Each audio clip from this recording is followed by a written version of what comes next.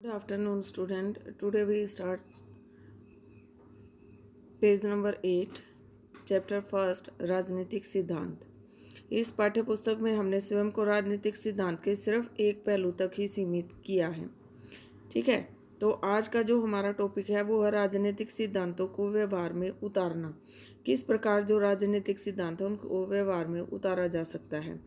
स्वतंत्रता, समानता, नागरिकता, न्याय, विकास, राष्ट्रवाद, धर्मनिरपेक्षता जैसे सुपरिचित राजनीतिक विचारों की उत्पत्ति, अर्थ और महत्व के बारे में हमने अध्ययन किया है। हम किसी मुद्दे पर बहस या तर्क वितर्क आरंभ करते हैं तो हम अक्सर पूछते हैं कि इसका क्या अर्थ है, क्या यह कैसे महत्वपूर्ण होता है। राजनीतिक सिद्धांतकारों ने बताया कि आज़ादी या समानता क्या है। इसकी विभिन्न जो परिभाषाएं हैं वो प्रस्तुत की गई हैं। ठीक है, तो सेकंड है, ऐसा इसलिए कहा गया है कि जो राजनीतिक सिद्धांत है उसमें हम समानता, आज़ादी या न्याय की अनेक परिभाषाओं से रूबरू होते हैं। ऐसा इसलिए है क्योंकि समानता जैसे शब्दों का सरोकार किसी वस्तु के बजाय आम मनुष्यों के साथ हमारे संबंधों से होता है।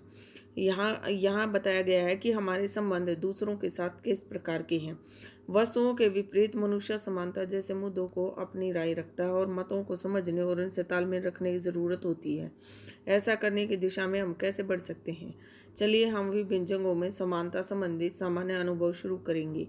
आपने गौर किया होगा कि लोग अक्सर सरकारी कार्यालय, डॉक्टर की दुकानों में कतार तोड़कर आगे बढ़ जाते हैं। कई बार ऐसा करने वालों की पंक्ति में पीछे जाने के लिए कहा जाता है तो हमें खुशी होती है। कई बार वे आगे निकल जाते तो हम ठगा सा महसूस करते हैं।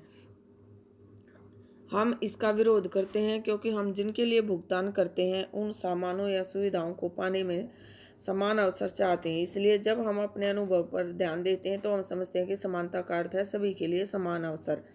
फिर भी अगर वृद्धों और विकलांगों के लिए अलग काउंटर हो तो हम समझते हैं कि उनके साथ विशेष बर्ताव न्यायोचित है।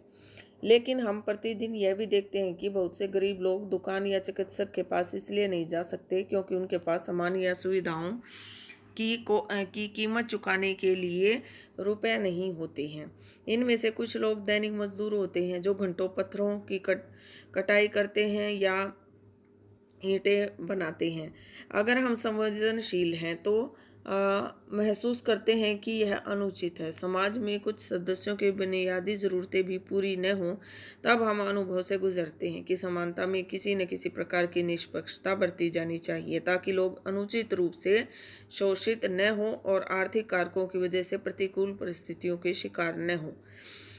इस तथ्य पर गौर करें कि बहुत से बच्चे स्कूल नहीं जा पाते क्योंकि अपना पेट भरने के लिए उन्हें काम करना पड़ता है। इस तरह अधिसंख्य लड़कियों को स्कूल से इसलिए हटा लिया जाता है क्योंकि माँ बाप काम पर जाने के दौरान उन्हें छोटे भाई बहनों को रखने के लिए, उनकी देखभाल करने के लिए घर पर रख लेते हैं।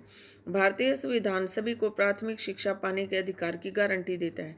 स्टूडेंट्स, यहाँ मैं आपको बताना चाहूँगी कि हरियाणा सरकार ने बीए तक की जो पढ़ाई है वो लड़कियों के लिए फ्री की हुई है।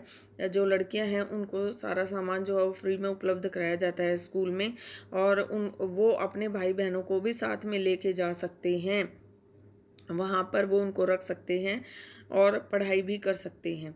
भारतीय संविधान सभी को प्राथमिक शिक्षा पाने के अधिकार की गारंटी देता है, लेकिन यह अधिकार मात्र औपचारिक बनकर रह गया है। हम महसूस करते हैं कि ऐसे बच्चे और उनके माँ बाप के लिए सरकार को कुछ ज़्यादा ही करना चाहिए ताकि वे स्कूल जा सकें।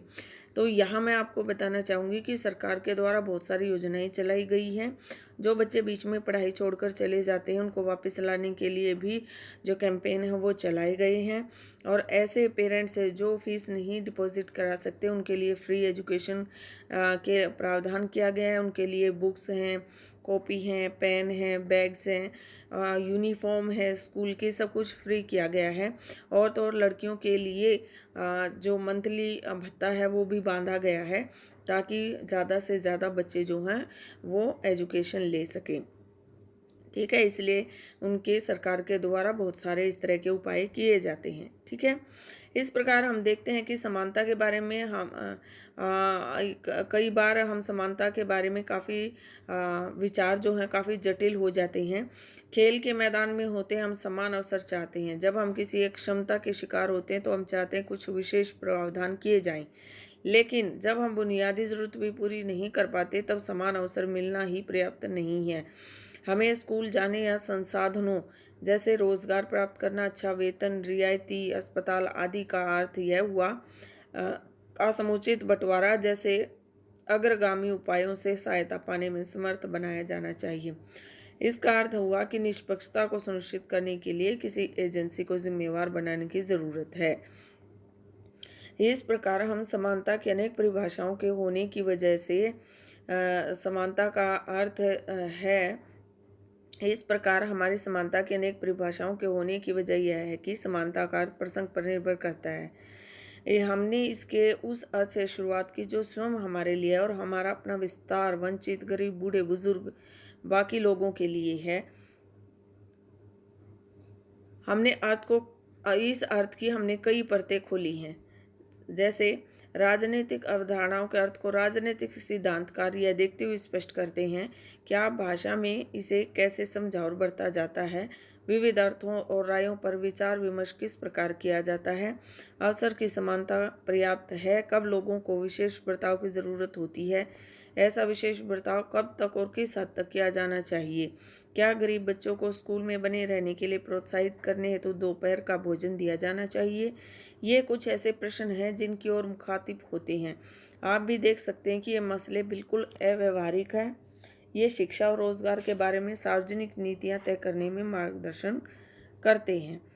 ठीक है, जैसा कि इन अवधारणाओं के मामले भी हैं, राजनीतिक सिद्धांतकारों को रोजमर्रा के विचारों से उलझना पड़ता है, संभावित अर्थों पर विचार विमर्श करना पड़ता है और नीतिगत विकल्पों को सूत्रबद्ध करना पड़ता है। आज़ादी, नागरिकता, अधिकार, विकास, न्याय, समानता, राष्ट्रवाद और धर्मनिरपेक्षता आदि कुछ अवधारणाओं पर हम अगले अध्याय में विचार करेंगे। ओके बेटा, कल फिर मिलेंगे। इसका अगला पार्ट में जो है कल आपको वीडियो डालूंगी, अपलोड करूंगी यूट्यूब पर और आप सभी देख लें इसको। आपको इससे नई जानकारी मिलने में सहायता मिलेगी। Thank you, have a nice day.